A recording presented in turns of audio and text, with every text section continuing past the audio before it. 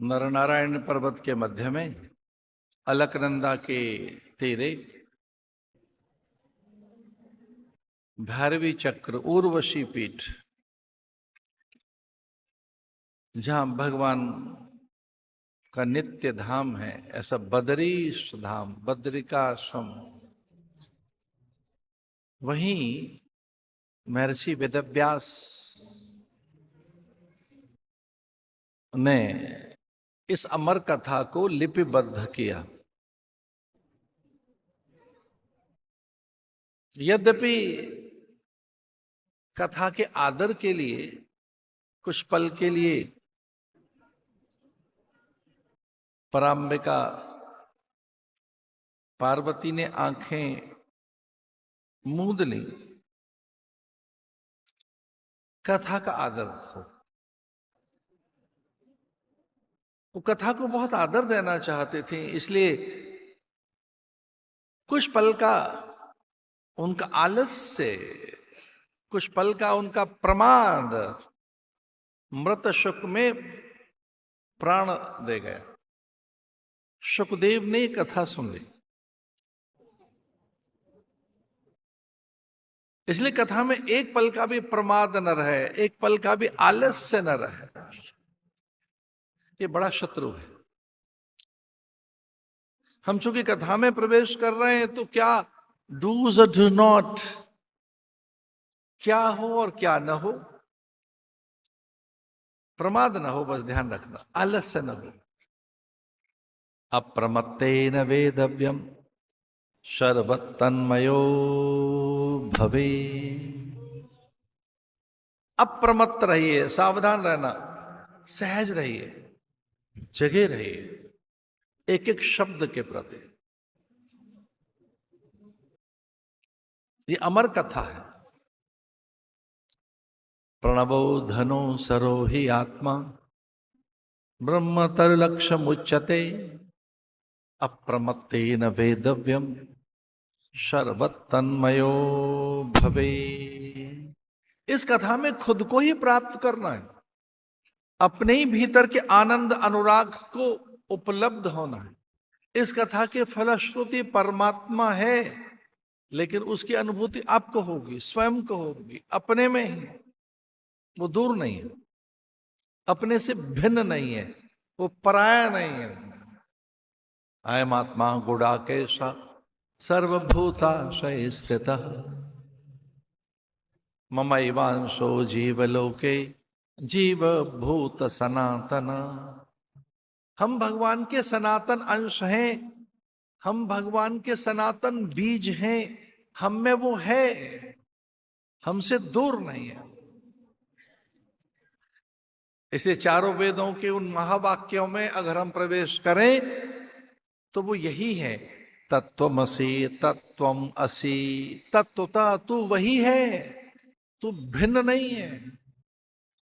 प्रज्ञानम ब्रह्म, ज्ञान से उस ब्रह्म की अनुभूति की जा सकती है। अयम आत्मा ब्रह्म, वो मुझसे अलग नहीं, वही मैं हूं। अहम ब्रह्मास्मि। आप जैसा करेंगे वैसा होगा जो सृजन आप करेंगे। इसे कथा ध्यान से सुनना। कथा में ब्रह्मानंद की अनुभूति होगी, रसानुभूति, परम सत्य की अनुभूति हो सकती है कथा में। कथा का फल स्वयं परमात्मा ही है। ये भगवान की वांग्मय मूर्ति है। जो मुकुट आप देख रहे हैं, ये भगवान के श्री विग्रह पर जो मस्तक पर मुकुट देख रहे हैं, ये भगवान की वांग्मय मूर्ति है, भगवान की वांग्मय प्रतिमा है। भगवान की अनेक प्रकार की मूर्तियां, प्रस्तर की यानी पत्थर की, धातु की, हमने तो ऐसी प्रतिमाएं देखी, रत्नों की। अरे स्वर्ण प्रतिमाएं तो कितनी जगह हमने देख ली होंगी, रजत और स्वर्ण की प्रतिमाएं तो पता नहीं कितनी। हमने तो रत्नों की प्रतिमा देख ली, रत्न प्रतिमा, रत्नों की मूर्ति।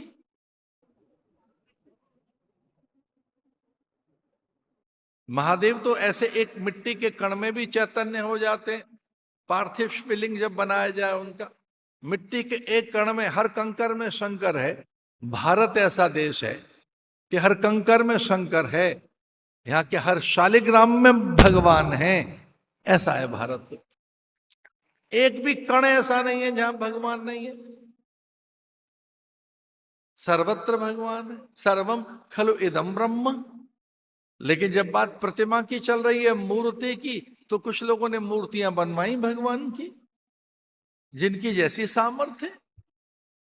एक रानी ने कहा चल पड़ मेरे साथ, तो ओरछा में वहीं बैठ गए भगवान राम राजा। कितनी मूर्तियों की चर्चाएं हैं भारत में,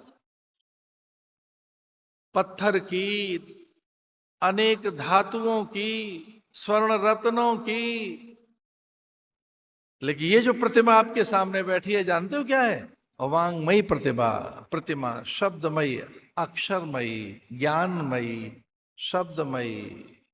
ये भगवान का शब्द विग्रह है। ये भागवत भगवान स्वयं, तो भागवत में ये भगवान स्वयं विद्यमान है। तेनेयं वाङ्मयी मूर्ति प्रत्यक्षा वर्तते हरे। वांगमयी मूर्ति है, ये वांगमयी प्रतिमाएं हैं भगवान की। हम भागवत की चर्चा कर रहे हैं, तो ये भागवत सुखदेव के माध्यम से। यद्यपि ये भागवत तो सबसे पहले ब्रह्मा को मिली। ये अद्भुत है कि भगवान ने कहा कि ये पहला ज्ञान मैं तुझे ही दे देता हूं। भगवान ने ब्रह्मा को भागवत दी, ये कहते हुए मेरा अनुग्रह है, तुझे देता हूं। मेरे अनुग्रह से ही है ब्रह्मा, तू इसे समझ पाएगा। जब तक मेरा अनुग्रह नहीं होगा, ये समझ में नहीं आती। इसलिए भगवान कृपा साध्य है, साधन साध्य नहीं। भगवान साधन से नहीं मिलते, भगवान कृपा से मिलते। हाँ, साधना करनी चाहिए। बिना साधना के परिष्कार नहीं होगा, पवित्रता नहीं आएगी। साधना माने अनुशासन, साधना माने अनुष्ठान, साधना करते नियमों का निर्वहन। लेकिन भगवत प्राप्ति केवल साधन से नहीं होती। यह गुण साधन ते नहीं हुई, तुम्हारी कृपा पाव कोई कोई, ऐसा लिखा है मानस में। यह गुण साधन ते नहीं हुई। ये जो भगवत प्राप्ति है, ये गुण माने ये जो भगवत प्राप्ति है, यह गुण साधन ते नहीं हुई। ये तो कृपा से है। भगवान साधन साध्य नहीं है। साधना इसलिए कि आप में पवित्रता रहे, आंतरिक परिष्कार हो, अंतःकरण की निर्मलता हाथ लगे, सुचिता जीवन में आए, पवित्रता जीवन में आए, संयमशील सदाचार जगे, आप नैतिक रह सके, संयत और शांत रह सके, व्यवस्थित और मर्यादित रह सके। इसके लिए साधना है। अन्यथा तो भगवत कृपा से ही वो चीज हाथ लगेगी।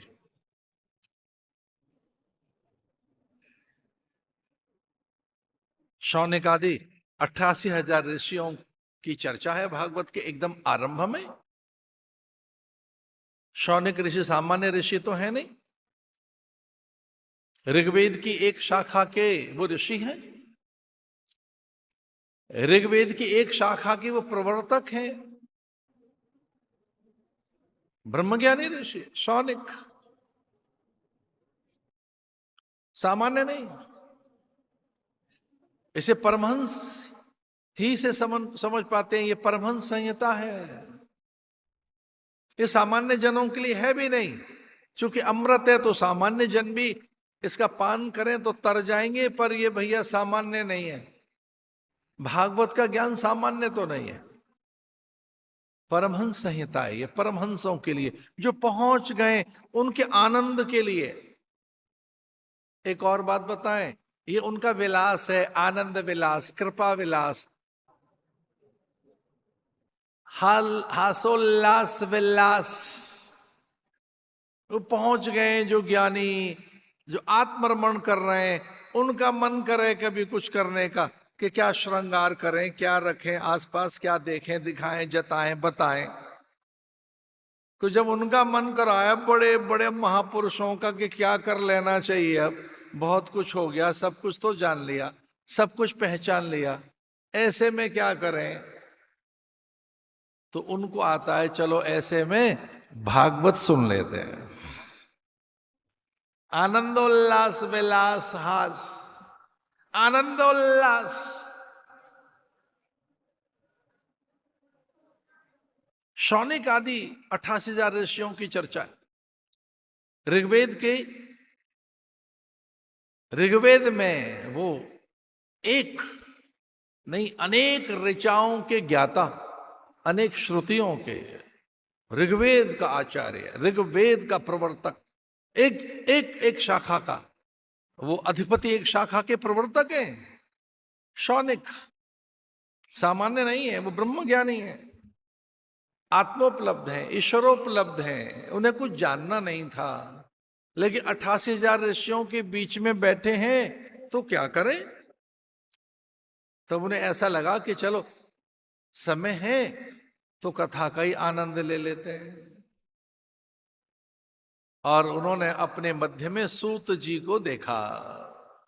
महामती सूत जी बड़े कुशल, महामती सूत जी, महामती प्रज्ञावान, विद्यावान, गुणवान, शीलवान, ऐसे ब्रह्मऋता जिनके पास, ब्रह्मऋता ऋतंभरा जिनके पास, प्रशांत वाहिता संस्कारात, कि जिनमें कहीं संसार ठहरता ही नहीं है, ऐसे साधु। अच्छा, साधु कहते भी उसी को है जिसमें संसार नहीं रहता है, उसी का नाम साधु भी है। ये दो नाम बड़े प्रचलित है, एक साधु और दूसरा संसारी। संसारी माने जिसके संसार रहता है मन में और बाहर भी संसार, जो संसार में रहता है और उसके मन में भी संसार रहता है। साधु कौन? जो संसार में रहता है, बस सच मानिए उसके मन में संसार नहीं रहता है, उसके भीतर संसार नहीं रहता। साधु वो जिसके भीतर संसार न रहे, उसकी सांसारिकता चली गई हो, पारिवारिकता चली गई हो, उसके बाहर भीतर को एक ही चीज रहती हो, वो बाहर भीतर केवल उसी को देखता हो, समष्टि कल्याण के निमित्त और वो प्रारब्ध के वशीभूत एक का हो के जीता हो, उसे साधु कहेंगे। साधु के भीतर संसार नहीं रहता, सच मानिए नहीं रहता है। पानी पे लकीरें खींच कर देखो, टिक नहीं पाएंगी वो। कभी चुपके से एकांत में पानी पे लकीरें खींच के देखना, वो कितनी देर रह पाएंगे? टिक नहीं पाएंगे। साधु में संसार टिकता नहीं है, वो उतनी देर रहता है साधु के भीतर संसार जितनी देर लकीर खींची, खिंचती गई, मिटती गई, मिटती गई। साधु के भीतर इतना सा संसार रहता है। प्रशांत वाहिता संस्कारात, उसे आनंद रहता है। विशोकावा ज्योतिष्मती, उसका शोक चला गया होता है। साधु परम प्रकाश में रहता है, परमानंद में रहता है, अल्लड़ होता है साधु। वो अपने आनंद से अलग रहता नहीं। जो परम प्रकाशक है वो साधु। ऐसे ही सूत जी जिनमें संसार तनिक नहीं, शौनिक जो ब्रह्मज्ञानी है 88,000 ऋषियों के साथ बैठे हैं और उन्होंने कह दिया कि वो हमें कथा सुना दीजिए। अज्ञानध्वांत विध्वंस कोटि सूर्य समप्रभ सूताख्या हि कथा सारम मम कर्णरसायनम्।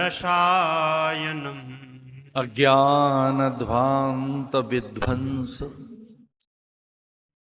कोटि सूर्य समप्रभम करोड़ों करोड़ों सूर्यों जैसा ज्ञान आपके पास है। हम अज्ञान टिकेगा कहां? वहां ज्ञान नहीं रह सकता, वो ध्वंस हो जाएगा, वो टिक ही नहीं पाएगा। इसलिए हे परम ज्ञानी, हमें सुना दीजिए क्या? सूताख्या है कथा सारम मम कर्ण रसायनम। औषधि का नाम है रसायन, बटी, आसव, अवलेह, ये ऐसे रसायनम। रसायनम इसलिए कहा कि ऐसी है, पिला दीजिए, रसायन है, ये अमृत है हम सबको। बटी नहीं कहा, आसव नहीं कहा, अवलेह नहीं कहा, ये औषधियों के, आयुर्वेदिक औषधियों के नाम हैं। अब आसव है, अवले है, मम कर्ण रसायन। सर्व सिद्धांत निष्पन्नम संसार भय नाशनम। सूत जी कहते हैं कि संसार के भय का जो नाश कर देती है, संसार रह नहीं जाता जिसको सुनने के बाद, और फिर कुछ करना शेष नहीं रहता, और जिसमें सारे सिद्धांत आ जाते हैं। सर्व सिद्धांत निष्पन्नम, सारे सिद्धांत उसमें आ जाएंगे। द्वैत, द्वैताद्वैत, शुद्धाद्वैत, विशिष्टाद्वैत और अद्वैत। सारी क्रियाएं फलीभूत हो जाती हैं, जिसे सुनने के बाद सब कुछ प्राप्त हो जाता है। संसार भय नाशनम, संसार का भय रहता नहीं है, फिर संसार ही नहीं रहता है। भय तब रहे जब संसार रह जाता हो, फिर कोई दुविधा रह नहीं जाती है, कोई दैन्य नहीं रह जाता है, अल्पता नहीं रह जाती है, शंका नहीं रह जाती है, कोई कष्ट नहीं रह जाता है। इसे सुनने के बाद मैं सुना देता हूं इसे। ये बड़ी अद्भुत कथा है। और नारद जी वह हिमालय में पहुंचे हैं। अहो नारद धन्योसी विरक्ता नाम शिरोमणि श्री कृष्णदासा नाम अग्रणी योग भास्कर। सनकादिक आदि ने उनका सम्मान किया और पूछा कि बड़े चिंतित से दिखाई दे रहे हैं, ये हुआ क्या है आपको? साधु और चिंता, ये दोनों बातें मेल नहीं खाती। साधु तो वो जो निश्चिंत रहता हो, लेकिन साधु अगर चिंतित है, व्यथित है, तो कोई लोक कल्याण की कामना उसके भीतर है, ये ध्यान रखना। साधु परमार्थ के कारण देह लेता है। बहुत सावधान होकर अगर आप बैठे हो तो बताऊं, परमात्मा ही साधु के रूप में प्रकट होता है, ईश्वर ही साधु के रूप में। जब भगवान परमार्थ के लिए, अपने कार्य की सिद्धि के लिए आना चाहते हैं तो वेश बदल लेते हैं और साधु के वेश में आते हैं। भगवान सत्संकल्प के लिए, शुभ संकल्प के लिए, धर्म रक्षण के लिए, अपने कार्य की सिद्धि के लिए भगवान साधु का वेश बनाते हैं। और ये करोड़ों करोड़ों भारतीयों के मन में बैठा है कि साधु नारायण स्वरूप होता है। मैं तो आप में से बहुत से लोग इस बात को जानते हैं। आप में से तो पता नहीं कितने लोगों ने देखा है कि जब मैं नागाओं की दीक्षा करता हूं, उनको सन्यास देता हूं, ऐसे लगभग 12-13 लाख नागा सन्यासियों को अब तक मैं ये सन्यास दे चुका। उनको यही तो हम कहते हैं, ओम नमो नारायण। अब आप नारायण हो गए। ओम भू संन्यस्तम मया, ओम भुवः संन्यस्तम मया, ओम स्वः संन्यस्तम मया, ओम सर्वम संन्यस्तम मया। नारायण हो गया। साधु माने नारायण स्वरूप। नारायण ही साधु में आता है।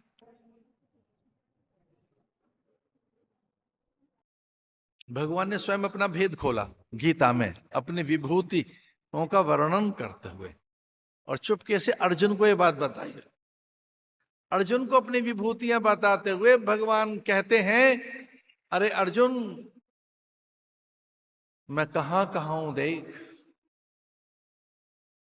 तो अर्जुन को बताने लगे कि नदियों में मैं गंगा हूं, पक्षियों वैनते हूं, हिमालय पर्वतों में हिमालय हूं मैं। और चुपके से बताया कि मेरा मन कुछ और नहीं, साधु ही मेरा मन है, नारद मेरा मन है। नारद क्या है? मेरा मन है। कुछ लोग ऐसा कहते हैं, हमारे मन में आता है ऐसा कर ले, हमारे मन में आया ऐसा कर ले। मनोभाव, मनोरुचि। एक शब्द है मनः कामना, एक शब्द है मनोरथ, एक है मनोभावना। जो मन इच्छित है, मन अभीप्सित है, मन कल्पित है, मन इच्छित है, मन याचित है, वो क्या है? कुछ लोगों के मन में कामना, मन की स्पृहा, मन की लालसाएं, मन की वासनाएं, मन की ऐषणाएं। तो नारद कुछ और नहीं, भगवान का मन है। तो जब कभी भगवान का मन कुछ करना चाहता है तो नारद के माध्यम से करते हैं भगवान। अगर नारद आपके जीवन में आ गया, और नारद का अंश होता है साधु, साधु आपके जीवन में आ गया है, तो विश्वास कीजिए भगवान ही आपके जीवन में आए हैं। परमात्मा से जीवात्मा के मिलन का माध्यम महात्मा है। परमात्मा से जीवात्मा के मिलन का सेतु महात्मा है। नारद कोई और नहीं, भगवान का मन है। और नारद जी हिमालय में पहुंचे। अरे एक ही पिता की संतान है, वो भी ब्रह्मा के पुत्र हैं नारद, और सनकादिक भी। अपने ही ज्येष्ठ को देखकर, और वो भी चिंतित देखकर, वो भी नारद माने जो भगवान का मन है। नारद स्वयं 24 अवतारों में से एक अवतार है। पूछा, रे नारद चिंतित कैसे दिखाई दे रहे हो? और अब साधु चिंता करे, इसका अर्थ ये लोक मंगल के लिए चिंता करता है, लोक कल्याण के लिए। नारद जी कह रहे हैं कि मैं वृंदावन में भक्ति को देखकर आया हूं, ज्ञान वैराग्य वहां मरणासन्न मृत प्राय हैं।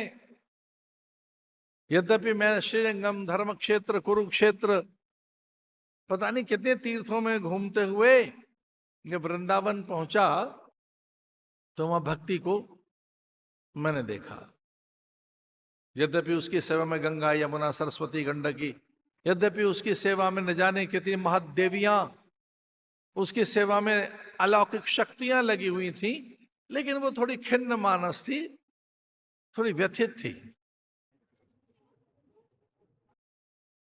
बड़ी बड़ी नदियां, बड़े देव और बड़ी शक्तियां भी उसकी खिन्नता को, क्षोभ को, उसके दुख को छीन नहीं पा रहे थे। फिर क्या हुआ?